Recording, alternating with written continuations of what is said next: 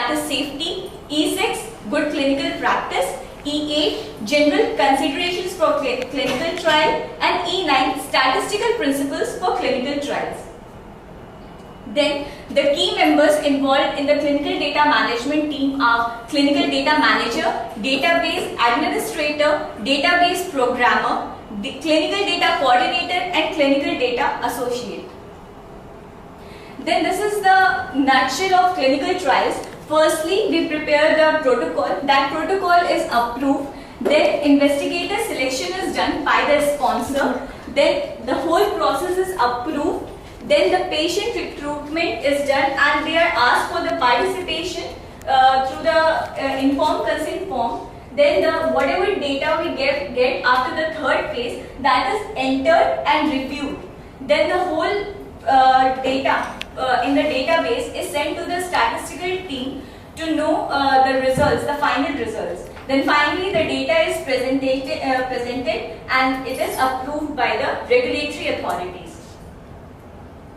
Then this general process of CDM. So CDM first starts with the planning.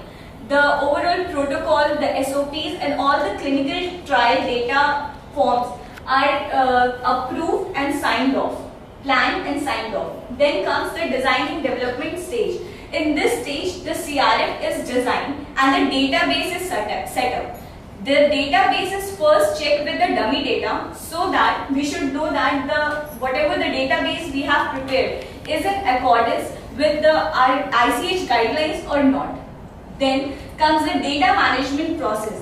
As the data the database is set up, then this management start in which we do the discrepancy management. So discrepancies are the errors. Those are auto-generated or which can be measured. So the auto-generated discrepancies may be in-house resolved by the CDM management people only.